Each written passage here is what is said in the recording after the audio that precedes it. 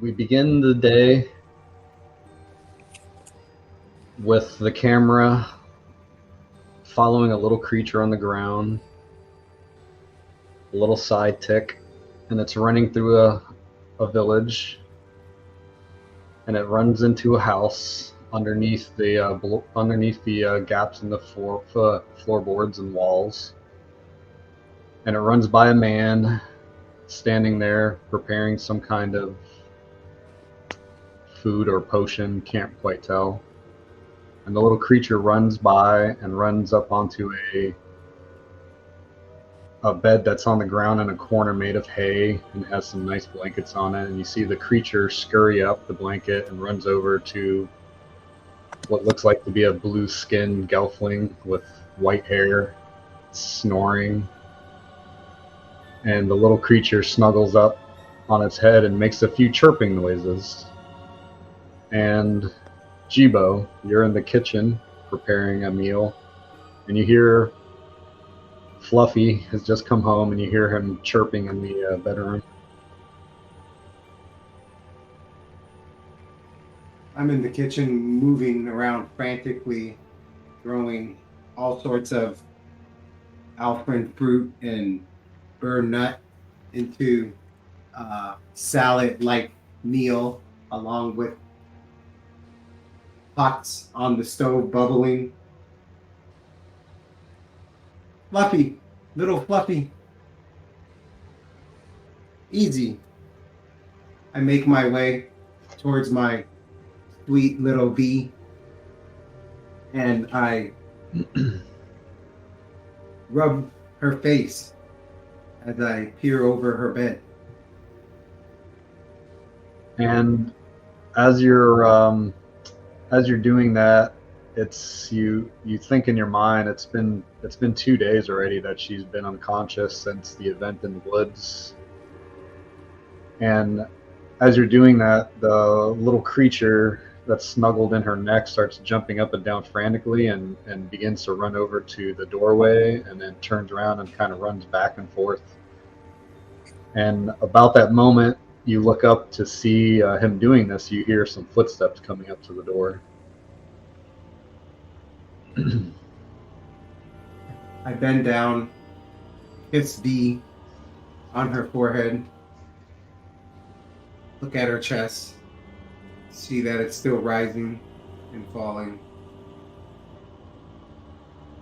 And about then you hear a knock at the door. I calmly walk to the door, fix my shirt, open the door. And when you do, you see a good friend of yours. It's Melno. He's one of your peers that used to work for the guard a few years back with you when it was necessary. And he looks frantic and sweating and panicked, but yet he's composed. And he takes a deep breath in and says, "Pico, the elder Vicna has fallen sick. Come, you must come and see." And he's like pulling away from you already, trying to run back. Elder, will you enter for a moment? I must gather my things and... He says, I don't have time. I have to tell the others. Come to the palace as soon as possible. And he runs off. See you there, brother. Entering back into my home, I close my door. I make my way to the kitchen. And Pots are bubbling now. And I settle my kitchen in a manner that would be safe to leave it. I make my way back over to Vee, and I kneel down. Fluffy, come. You actually see her twitching as almost like she's in some dream. Most likely dream in the dream space. I grab the wet rag on the side of her bed, ring it, pat her forehead a few times, and I put my hand into her hand. Close my eyes. And when you do, you begin having a dream fast with her, but it's the same as it's usually been. She's way off in the distance, and you just can't quite reach her or get her attention.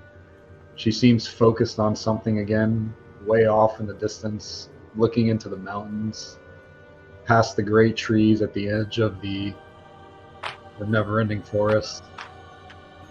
And you pull back, and she's gone again. But this time, it does seem like she was a little bit closer.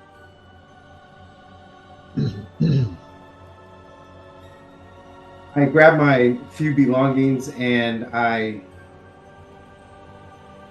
pack up and make my way and see what the fuss is about. The main castle.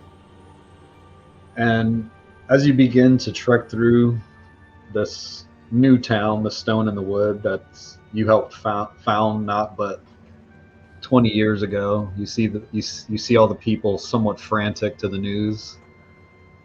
A couple people are running towards the big wooden palace at the Great Tree, and as you arrive, you begin to walk under the big gates in the front, and you hear almost, it sounds like the sound of 100 gelfling all gasp at once. And then you hear all the whispers and voices and panic going on as you enter the gates of the palace. And immediately, as you enter, Melno sees you right away, and he's running over to you. You see his eyes welled up with tears. What is it, brother? He says in a shaky voice, Vikna has passed. No. Some illness has taken him. And then the elders confirmed. He says, yes, they're up there now with him.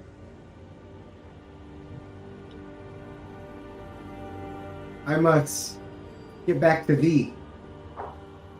Please, keep me abreast on any new information. And he, as you're doing that and pulling away, he grabs you and he says, I think what you said was right about the blight that you saw. This has to be connected. Keep this between us though, because I don't want anyone to get panicked, because we don't really know exactly. I just hope Vee's okay and she's not connected. Yes. Good luck. And to you, brother. And I, in the sense of everyone else is moving, I match that movement and make my way back to our house to check on my daughter and see what are we going to do next. And as you're leaving, you can't help but notice, peering through the trees above, a sight that you've actually never seen, but doesn't seem like it's inevitable. But you see the three suns, the three brothers, high upon the sky, closer than you've ever seen them together. And the camera starts to leave your eye and follow that image up to the sky. And Virana, you are in your dream state, and you're in some trees running from something that you're not quite sure you can even remember what you're running from, and you come into the open field and you see these three suns coming together. And for a moment in your mind, you see an image that almost looks like some type of angel, or maybe even some type of god. You're not quite sure, but it's beautiful, and it's almost like it's created of light itself. and you see this image for a moment, and then it fades away, and then you see the three sons again. And that image that you saw, you swear you hear its voice saying something to you, and then all of a sudden the voice changes to what sounds like your mother's voice, and it says, "Wake, V, get up. You have to get up."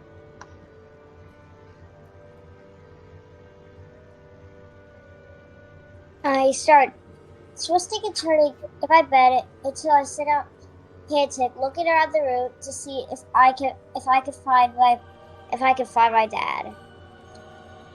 And when you open your eyes, the flashes of the suns are gone, and the flashes of that image that you saw is gone, and you see Fuzzy at your lap jumping up and down in joy, but you don't see your father anywhere, but you smell delicious food in the house, and your stomach is grumbling so hard, you're so hungry. And the last thing you remember, and it scares you all of a sudden, is you remember that creature that you saw in the woods with the green eyes. I look at Fuzzy. I put up my hand and say, "Here, Fuzzy. Now, which direction did my dad go?" I say, looking at the door to see if any signs he went out. And Fuzzy begins to give you some chirps and some weird noises that, of course, you know very well. And he's basically kind of said, "Your father left, and there's some trouble."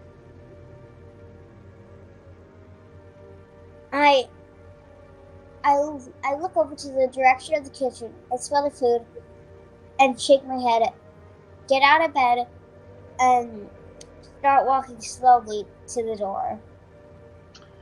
And as you are walking to the door, you can't help it. Just your stomach is just grumbling. You're so hungry. You see all that delicious food and fruits and stuff on the table. It looks like a fresh meal was just cooked, not even 20 minutes ago.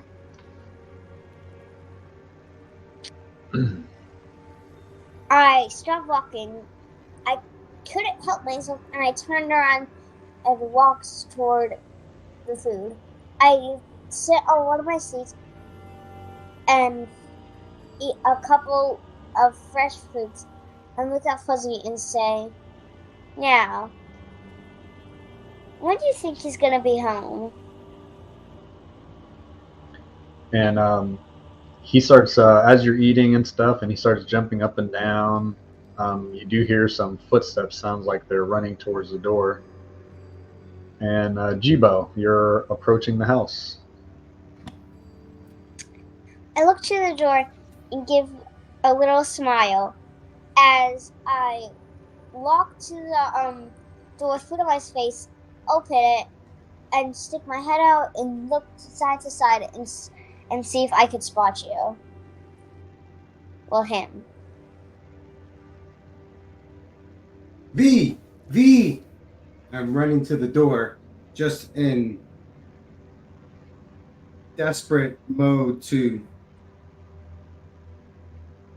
see if my sweet daughter, if anything has changed. And as I'm looking up and catching her peering out the door, yelling her name is just bursting out of me. V, it's you, my darling. I run up to V and drop to my knees. You're up. You're back. I look at him and smile and say, "How long was I gone? It only seemed probably an hour." And as you're looking to your father when he runs up, you see, and you look up in the sky, and you can't help but notice that the sons, the three brothers, are in the exact position that you saw in your dream. I start And then squinting. he kneels down. I start squinting to the sky and moan to myself, "Well, that's quite odd," as I say, looking back down to my dad. I squeeze V. Sweet girl. You must be more disciplined and careful from now on. We have a lot to go over. Please, come inside. I I look at him in confusion and say, "What do you mean, more disciplined?" Sweetie, as I take her hand and move inside and we start making our way into the home, you mustn't exert yourself the way you did in the forest. Please, we've talked about this before, and Alura warned you of this.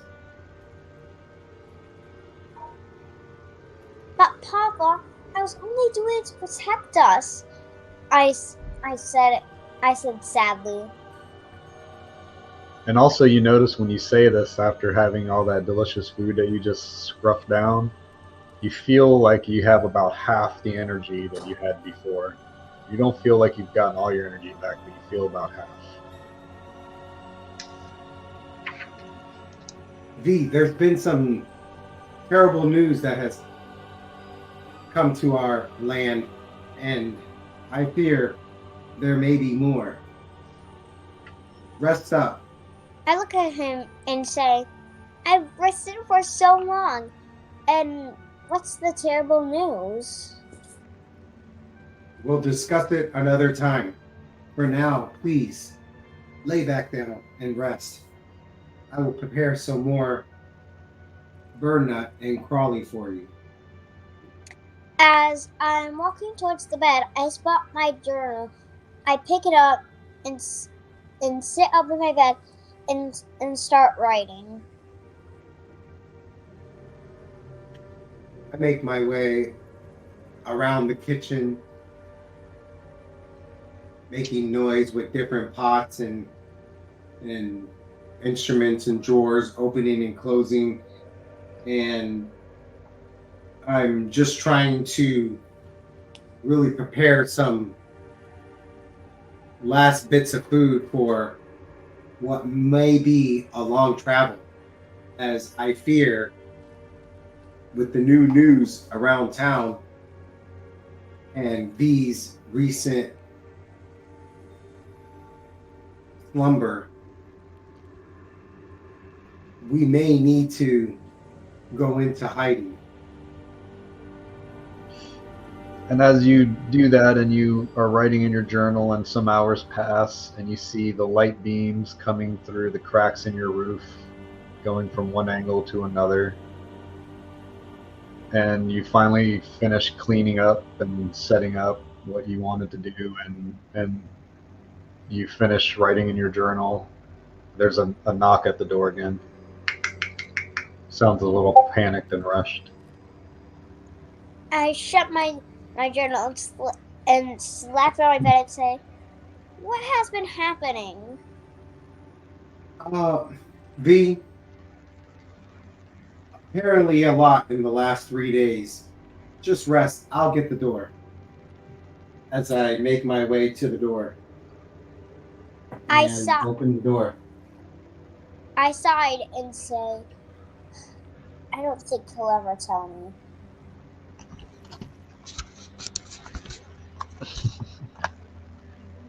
And when you open the door, it's Melno again, and he's with Syra, a female that works at the palace. Also, you know her well. You also know Syra. She's always been friendly with you. She always tries to get you to come play with the other girls, but you never do. And when they open the door, you see her behind Melno, and she kind of gives you a little smile and a wave. And Melno starts speaking immediately. He says, "Jibo, in a few hours we're going to meet at the town square and talk about the elder and what to do, and the funeral also. Will you be there?" I will. You have my word. And then he puts his hand out, and in the way of mourning of your kind, and they all say a quick word of prayer for the elder Vicna, and then they begin to walk away to the next house.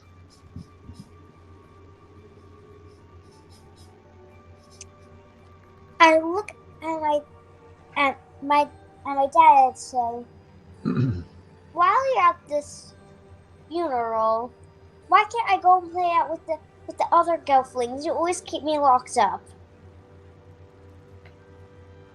Vee, we must be careful.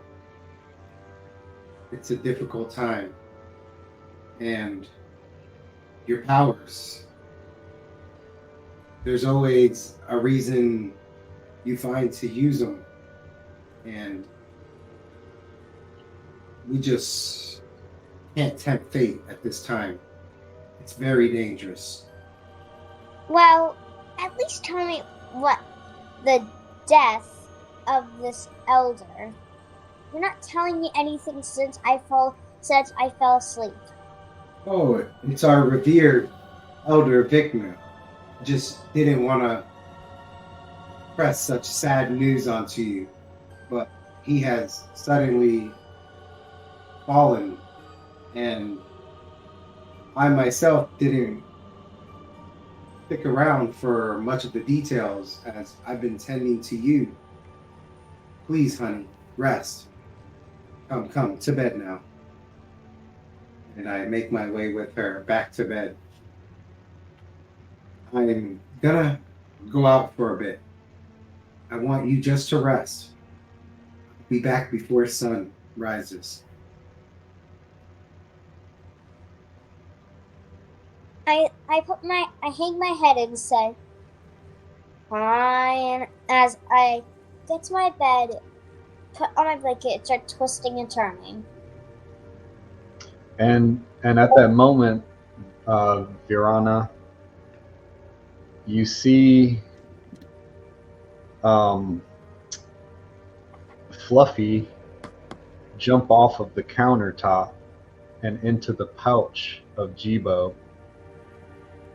And he does it in such a way that Jibo didn't even notice him jumping into his pouch. And he kind of gives you that little sly wink back to you. I smile at Fluffy and say, don't let him know you're there. Tell me everything when you're back. Okay, and as Jibo begins to leave, the light now from the suns are gone, and there's just a light purple and reddish haze in the sky. And Jibo, you arrive at the town square, and it's filled with almost every single adult from the whole tribe. The Kensho clan is all here to mourn the death of Vikna, and you hear them whispering here and there. And you see friendly faces everywhere with long, sad eyes and mouths. And a few moments goes by, and then finally Melno makes contact, sees you, and comes over and says, glad you could make it, Jibo. Brother, of course. Says, Princess Celia is here. She's about to speak.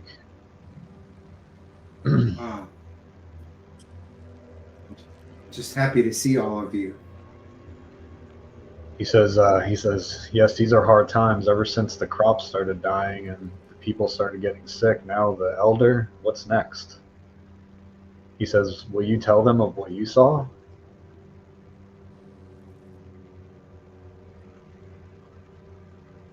I cannot share much, as I don't have much to say. And he says, what about Vee? Is she okay? She looked good when I saw her a moment ago. Vee is fine. She's resting now. It's late. And he leans in deep to you, very close, and he says, what of the shadow fingers? She doesn't have any, does she?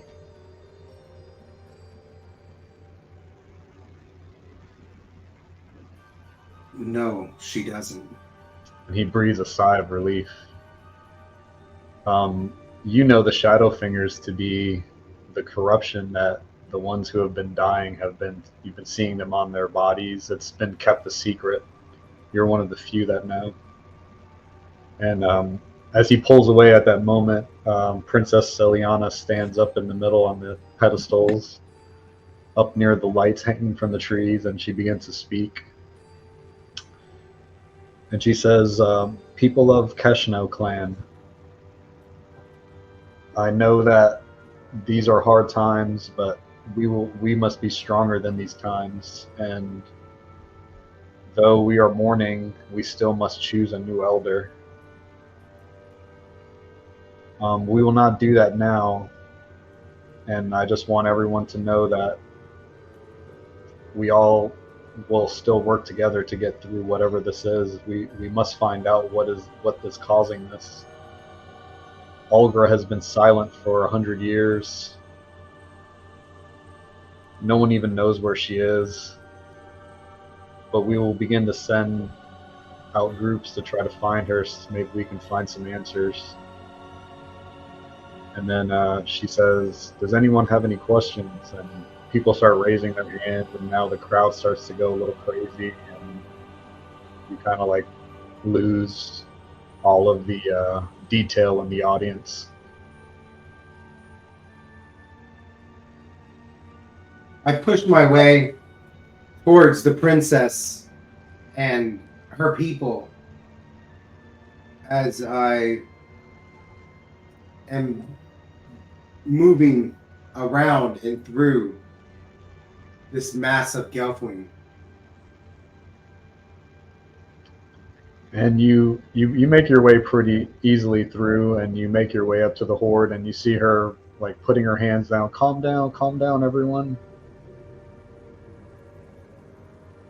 I raise my hand, I kind of wave, and I'm trying to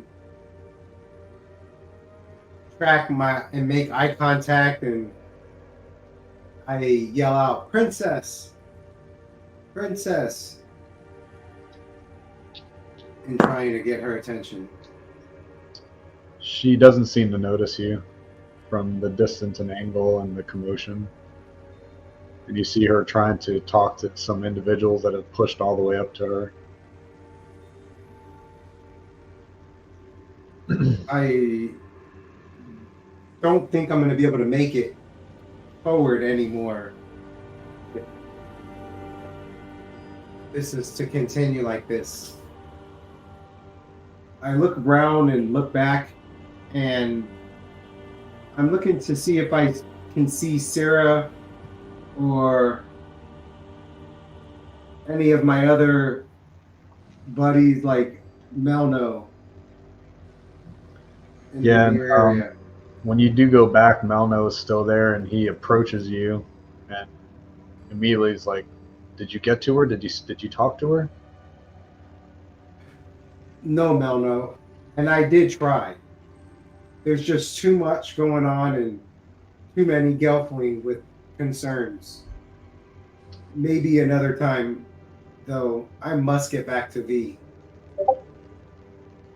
He starts to walk back with you, and as he's walking back with you, he says in a very low voice, as you're getting away from the crowd, he's like, "I think you might be the only one that knows where she is. Olga the Wise. You said you saw her 6 years ago, didn't you?" I did, and the thing is I believe you now. what has changed your mind? With all these things happening, the death and the blight and the wolf you saw, and what Vee said she saw, it's too coincidental. I shouldn't have doubted. Are you gonna go? I'm gonna have to. There's just too much happening. Now Vikna passing, that beast in the woods. He said I would know when the time was right. And at that moment that you're saying that, you see Sarah and two others walking with her out of the crowd. They notice you, and they're starting to walk towards you. And he sees your eyes look up, and he looks back really quick, and then looks forward and says, "I haven't said anything she doesn't know. No one knows." You've always been a great friend, Melno. Please, keep this between us, as once they know, they too won't be safe. And he says, he's like, "All right, good luck if I don't see you." And he starts to walk backwards and turn towards Sierra and kind of waves at them almost to distract them for you. And I don't want to seem rude. Make my way and acknowledge Sierra. Sierra.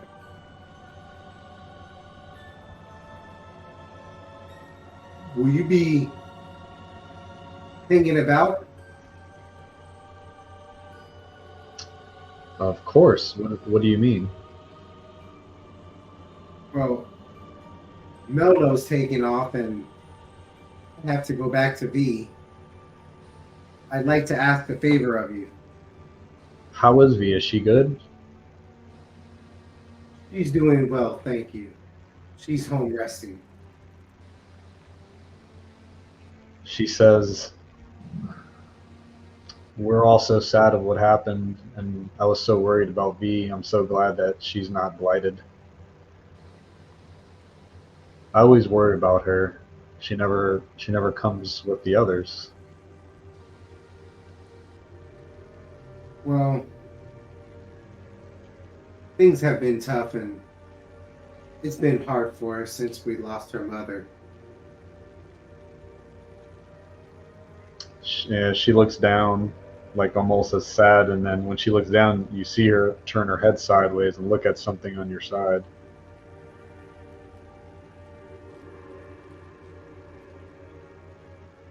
I put my hand on my side as I'm tracking her eyes and look down, following almost instinctively. What are you looking at? And just at that moment, you see Fluffy tuck his head into your pouch on your side. Oh, Fluffy. Have you been here the whole time? Well, Sarah, you must excuse me. But before I go, would you meet with me in 3 days back at my home? There's something I must talk to you about. But first, I must collect a little more information before sharing. She says, "Okay, I'll do that. I'll look for you." So I take it you're going somewhere? Will you not be here for the funeral? That all depends on how soon I find what it is I'll be looking for. Though, do keep an eye on Melno for me. Yeah. He's always so curious about everything. Well, I have to get back to the palace and take care of some stuff. Good luck with whatever you're doing. And Thank you. Say hi to Vee for me. I will. All right, and she parts off, and you arrive back at home, and Vee is sound asleep, and Fluffy jumps out of your pocket and runs over and snuggles up next to her. And while you're dreaming, Vee, you see everything that Jibo saw and that he spoke of. You get all this from little Fluffy in your dream power. And you see them snuggled up over there, Jibo, and I'll hand it to you for the night.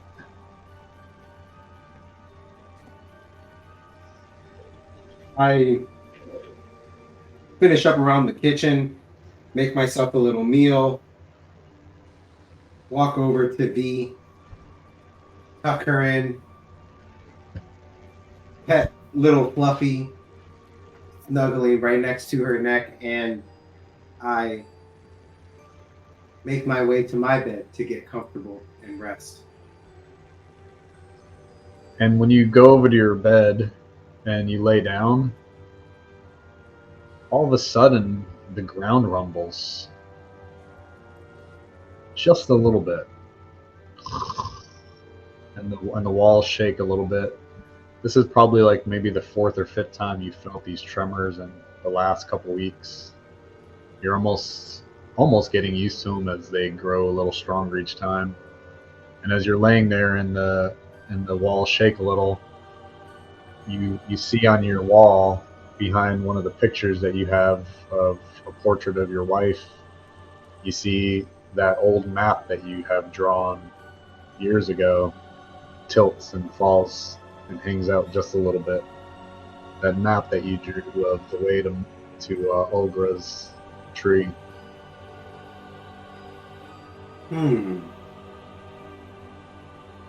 I walk over to the picture. I wonder. And I pull the map out and fix the picture back onto the wall, straighten it, and I curiously take the map over to the nearby table and roll it out. And I speak over the map 3 times. Algra, where are you? Algra, where are you? Algra, where are you? And when you say those words, you do see the little spot right below the tree light up, just like you remembered. And it dims away.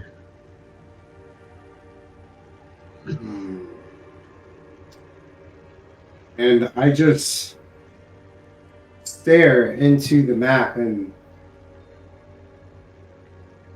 almost in a dreamlike state visualize the journey that we will have to partake in, as I do feel it is that time that we see Algra.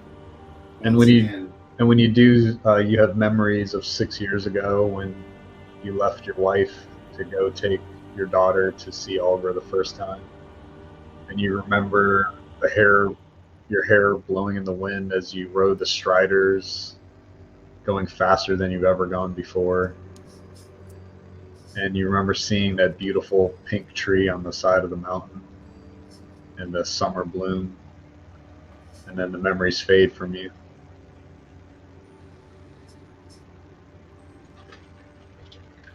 I roll up my map as I come to from this meditative-like state, and I make my way to rest in my bed for the night to get as much sleep as I possibly can, as I now have big plans for us.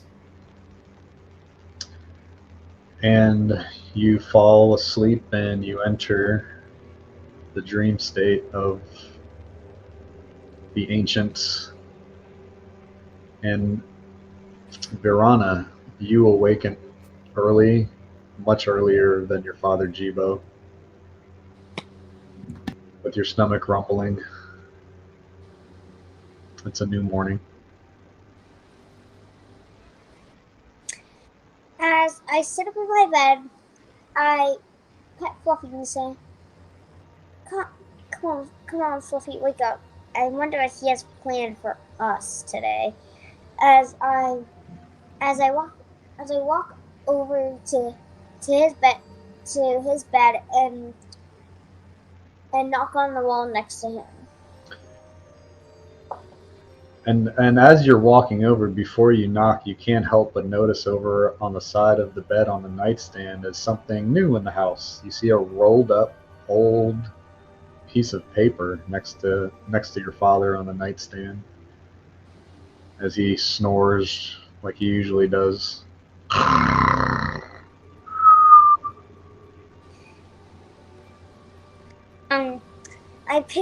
I pick up the piece of paper and unfold it. I say, "What does this mean?" As I trace my fingers against the map, trying to figure out where it leads. You don't really see any lines or anything of where it leads, but on the map you see on the bottom it looks like it's a picture of your house, and it says the stone and the wood. And then in the middle of the map you see another thing called the Sprighton Plains. And then at the top of the map you see a big picture. On the picture it's big, but it's a big tree that looks pink. And then behind that you see mountains. And then above the mountains you see clouds.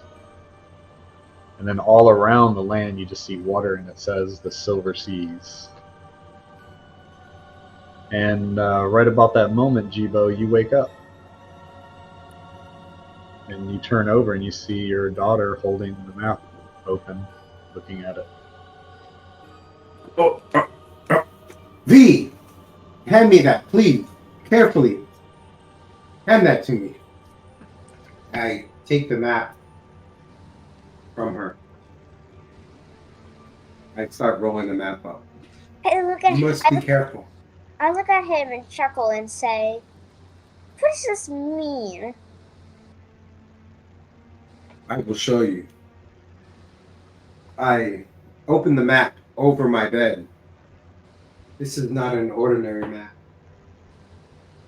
And we are to go on a travel.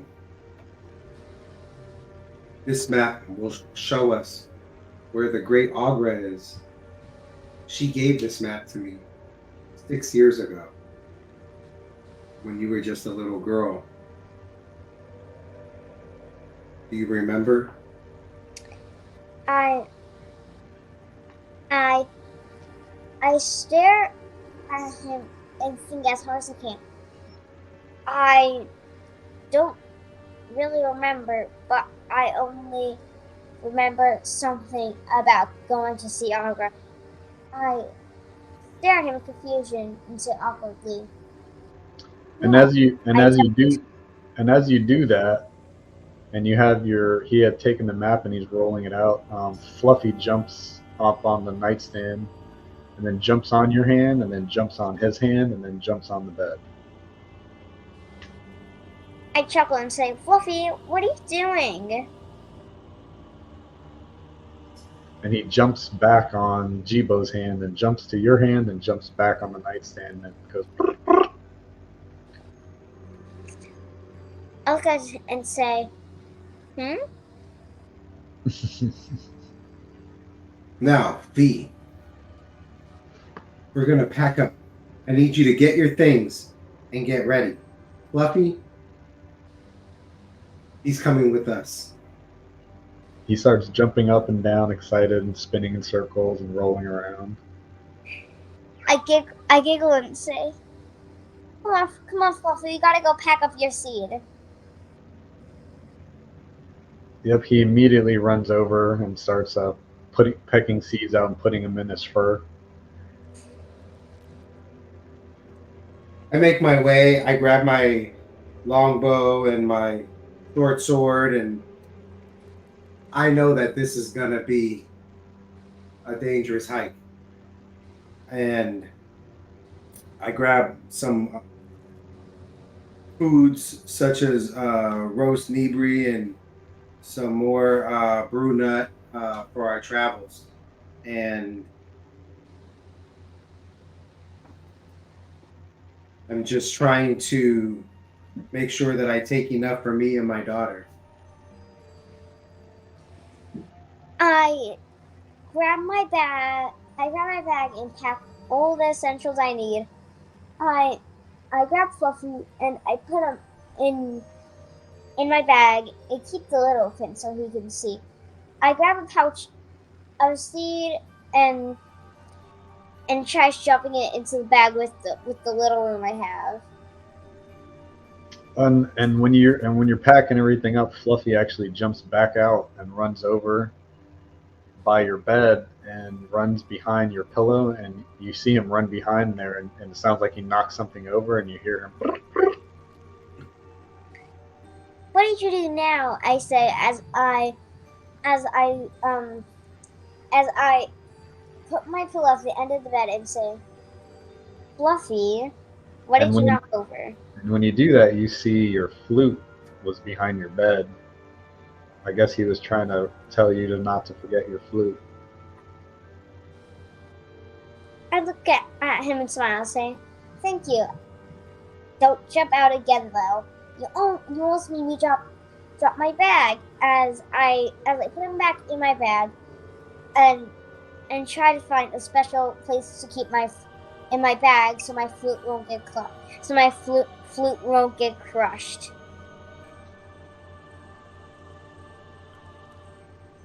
And Jibo, while you're packing and stuff and getting cleaned up and all that,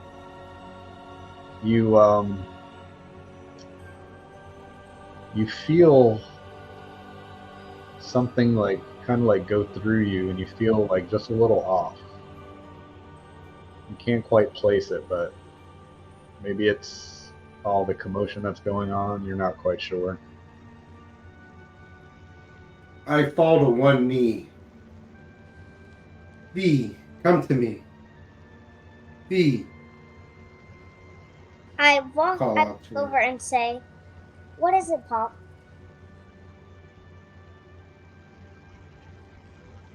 There's something off. Put your hand on me.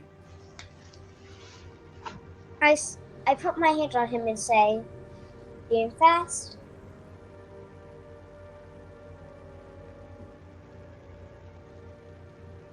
And I put my hand up to her hand. And when you do, you start sharing memories, and you see recent memories that he has, and you see him riding on these big creatures that you've heard of but never have ridden one yourself, called land striders.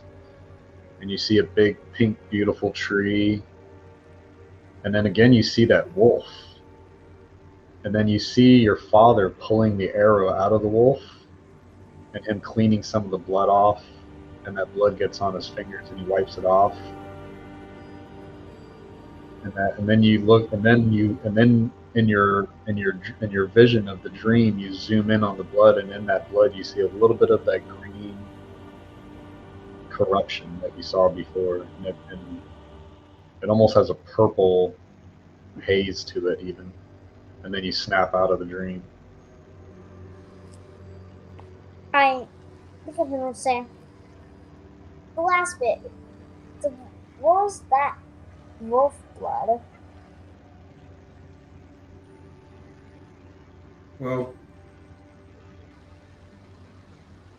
let's not worry about that now, though.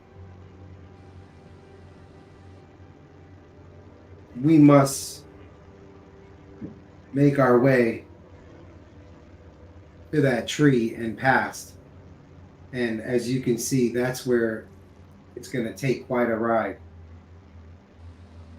I'm going to get a land strider for us, and we'll be on our way. Wait here till I get back. Okay, I say as I sit down on my bed and pet Fluffy's head. And Okay, good. And I make my way out of the home to where I know I can get a land strider from one of my comrades in the town. All right, so you remember your buddy Mago. He was way on the northwest part of town alone. And when you arrive at Mago's house, you see he's out there doing some raking in the front.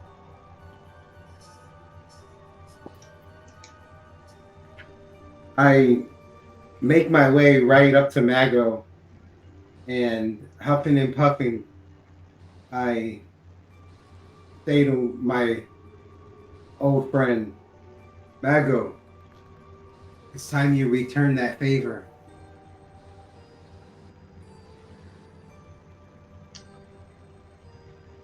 He Will you help says, me?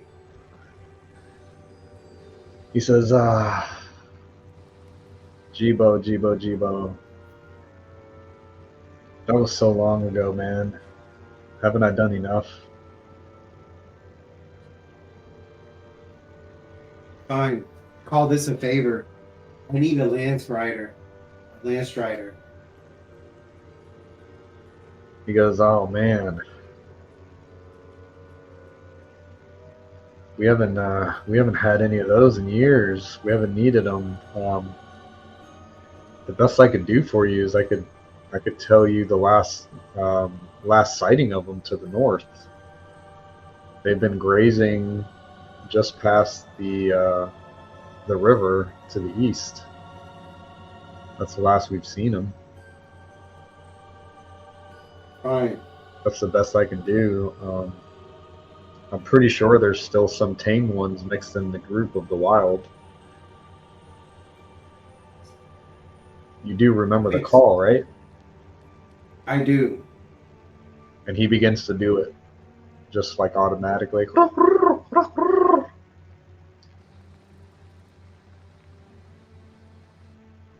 I make my way back to Vee, and this way we can pick one up on the way if we do see one. So can't keep my daughter waiting any longer. As you walk back, you do know on foot to get past the river to the north. It'd probably be like a good 8-hour walk. And V, as you're sitting there waiting, playing with Fluffy on the bed, it's been like 30 minutes already. Seems like forever. And one of the beams of light comes through the roof on the house. It's that annoying beam of light that you have to deal with almost every single morning. And you always move your head out of the way so you can sleep for a little bit longer. But you kind of forget it, and it hits you right in the eye. And in that moment that it hits you in the eye, you get another vision of that creature again that you saw earlier. And it just flashes and it lingers in your eye for a moment. And then it goes away, and then you see those 3 suns again. And then you move your head out of the way of the beam of light, and then it's gone. I rub my eyes and say, why does this keep happening? What does this all mean? And then right at that moment you say that, Jibo opens the front door, and the light comes peering into the house and like blinds you for a second, and you cover your eyes. V, we must get going. We're going to make way on foot. Were you able to pack all your belongings? Yes, they're only in this bag. Okay, sweetie. Let's make our way. And I make sure I have the map on my side in my bag, and we start going out the door, lock up, and make our way into the wood out of the town. I look back and mumble to myself, goodbye, town. I'll miss the safeties. And you begin to make your way through town, and everyone seems very down, not as cheery as normal. And you break the town, and you get into the woods. These are woods, V, that you're not used to, and the trees are really big, and the light's coming through them. The beautiful orange leaves, and some of them are pink. The big roots you guys are walking over in the forest, all the little animals running around here and there. And it seems like you travel for, I don't know, maybe 2-3 hours, and then all of a sudden your stomachs are just grumbling hungry. Oh, poor V, you must be famished. Please, Good. Let me prepare us a snack. I sit down, leaning against the tree, panting and say, "What did you bring this time?" Here, let's start with some swamp water. You have to be thirsty. I look at him and say, "Swamp water? I hate swamp water, but if it's all we have, I guess I'll have to drink it," I say as I put my hand out for the swamp water.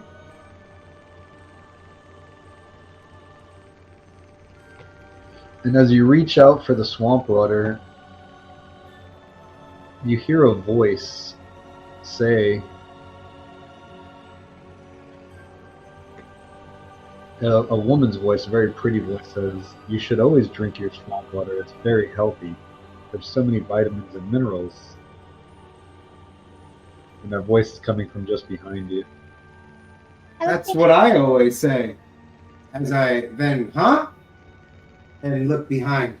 And when you look behind, you can see a gelfling, maybe in her early 20s, and she's kind of like hidden behind a tree a little bit. She has gleaming white hair, and her ears are held down by a blindfold over her eyes. And she has nice clothes, but they look a little muddy, a little worn. I look over. Hello. I look over and say, "Hello, who are you?" She looks directly at you, almost like she can see, and you see her ears perk up on the side of her head as they aim towards you, and she says, "I'm Kima. I'm a cloud reader. I used to be a sun reader, but I can't see the sun anymore." And she looks down, kind of sad. "Wait," I say, "Kima, is it? Then I probably need your help." She goes, "Really? No one ever comes out here, much less asks for my help. Ever since I lost my sight, and no one's really wanted to talk to me much." "Well, that's horrible. I need to talk to you," I say. I mumbled to my dad and say, "I haven't told you this, but it's time you know." I look back at the strange lady and say, "I have been seeing visions of 3 suns and this weird creature who has these robes that looks like it has a symbol of suns on them." She gasps, like I she opens her mouth almost in panic for a moment, and she goes, "You seen Urskexis?" And then she kneels down next to you, and she begins to tell you of what she's telling you, literally what you saw. She's like, and she's describing it, and they're made of this light material, and they're like in darkness, right? Right, I guess. She goes, "You've seen it too." She's like, "Are you a sun reader?" And then she begins to grab your face and feel your face. And she goes, "You're not wearing a bandage." I've never heard of these sun readers.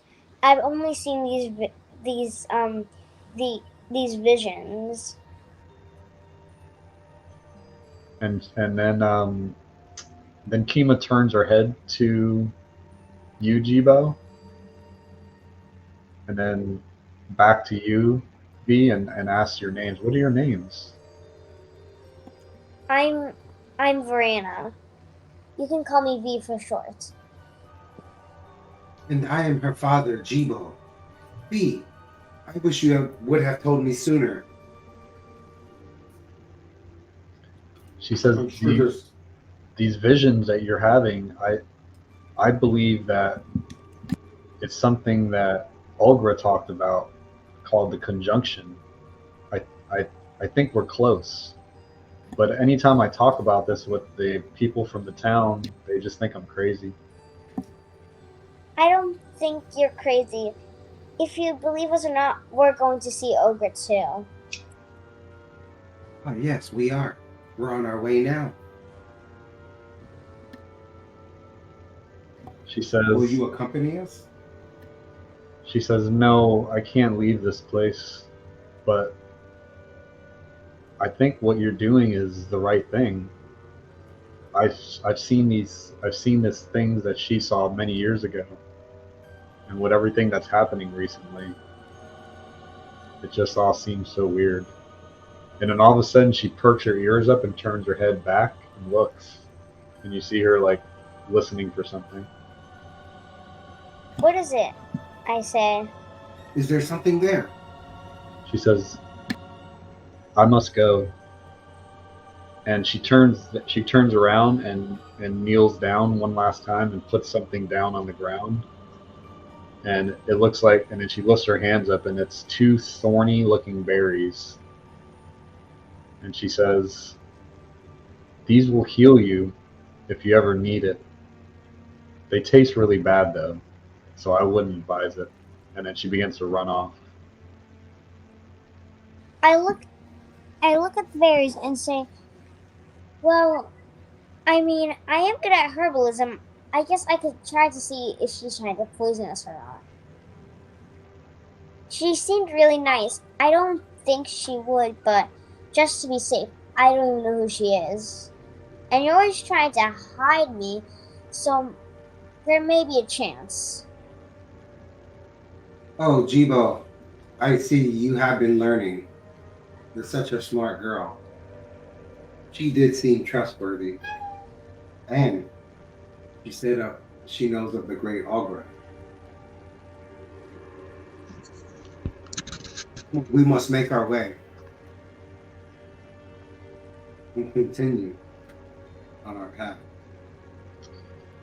And you continue on for what seems like hours, stopping here and there at some little freshwater spots, getting distracted by the wildlife that seems to become more and more prevalent, but also more and more fearful as you travel farther away from town than you've ever been that you can remember, Verona.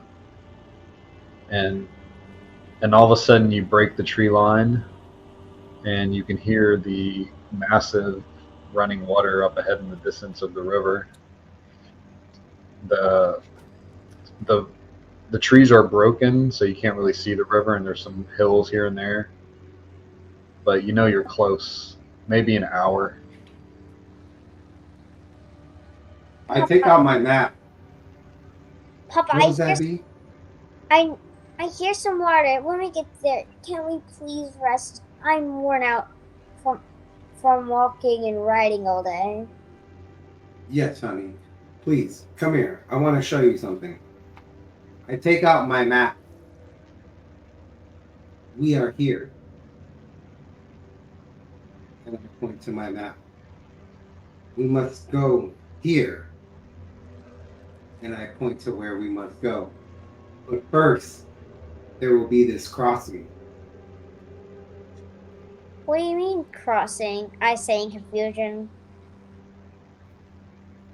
This is where it'll get interesting. We must make it across the river. And I know you can't swim yet, honey. So we have to be careful. Oh, I really don't want to do this. Please don't make me. Well, we can go around, but it'll take longer. And we'll have to go through a thorny forest. Okay, crossing it is. Good choice. And you travel on, and you arrive at at some hills. And as you crest the hills, you can now see the river raging in front of you. It's maybe 300 yards away, and the river itself looks like it's a good 100 yards across. And you see up and down the riverside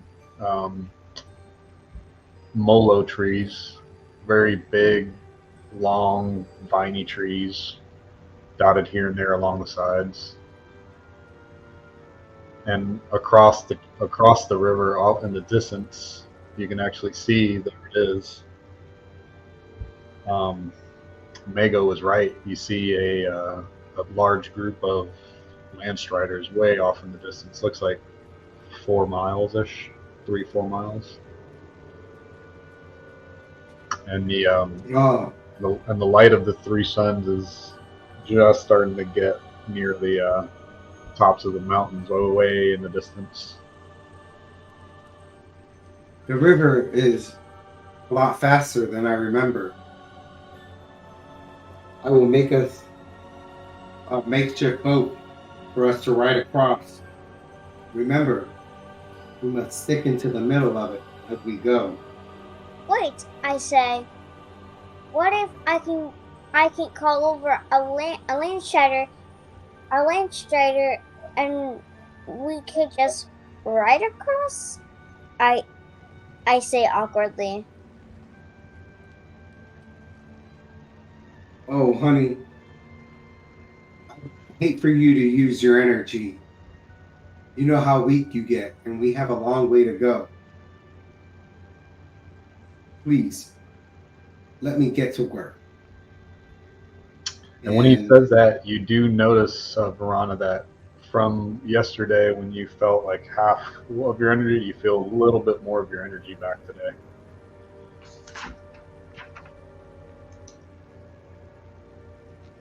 I start to look down.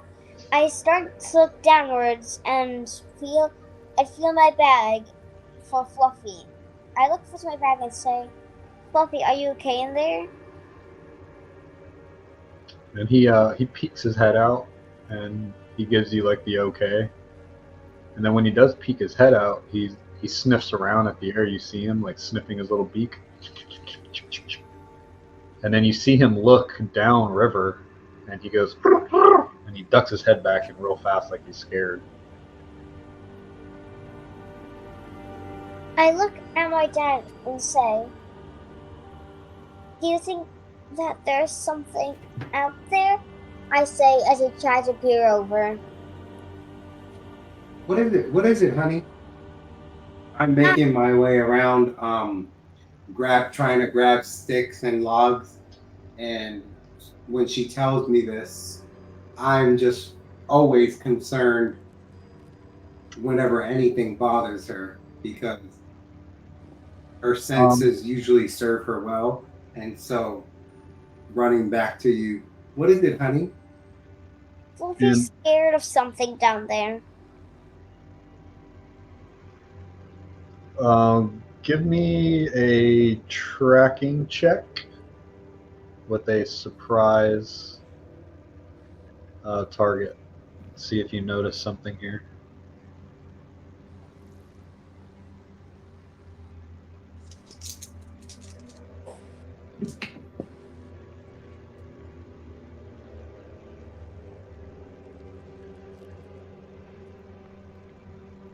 Success, 7. What number did you roll?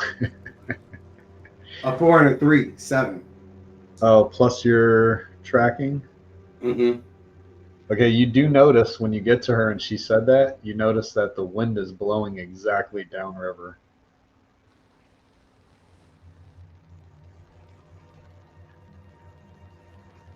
Can you make anything out, Vee? I don't remember this part of the forest. I've never been out this far, but something is probably down there. Fluffy never lies to me. At least I think. I keep making my boat and trying to gather my supplies, and I'm moving a little faster as I just want to get across this river safely. All right, go ahead and give me a few minutes pass, so give me a construction check.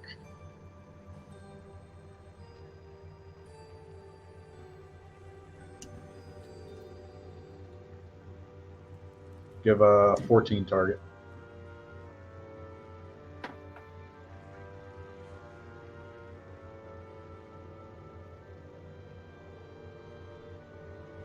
Right? I rolled a 15. All right, you gather up all the pieces that you need, and you're starting to tie some vines together to hold this thing together enough for you and V to get on. And at that moment that you're kind of like tying the last knot, you look down the river, you keep checking, and all of a sudden you do see it looks like a few sets of eyes almost reflecting a greenish tinge off of the dying suns in the distance. Oh no! Another creature with those green eyes. This is only the second time I've ever seen this. And at this moment, as I'm making eye contact with this creature, something within me feels like a creature. And I drop to one knee and grab my chest as I have this cold-like shiver run through my body. Oh. I put my hand on his back and say, "What happened? Are you okay?" And at that moment that you do that, Vita or V, I'm sorry, Virana, you now also see what looks like 3 sets of eyes. They're getting closer. You see the eyes coming through little bushes and bramble by the river's edge, and they're running furiously towards you guys. You can't hear them yet, but you can see the eyes reflecting in the sun. I hold my bag close to me and say, "What's happening?" Quickly, on the boat now. And I boost her up and start trying to push us just into the water to separate us from the land that this beast is running on towards us. And you get into the water, and this current is much stronger than you anticipated, and immediately yanks you guys into the stream of the water as you're fighting to keep it, away from the edge and the rocks and stuff, and you finally get it centered. And about that time, your mind was so focused on the boat and your daughter, and finally that sickness feeling has gone away as the adrenaline is pumping over, and you see those 3 eyes now maybe just a few 100 feet away, and you can hear the growling. Now you can see the color of their orange fur, and right at that moment you get just about by them. You see them hit the side of the river's edge, and 2 of them leap towards you over in the water, coming right at your boat. And we stop there for the night.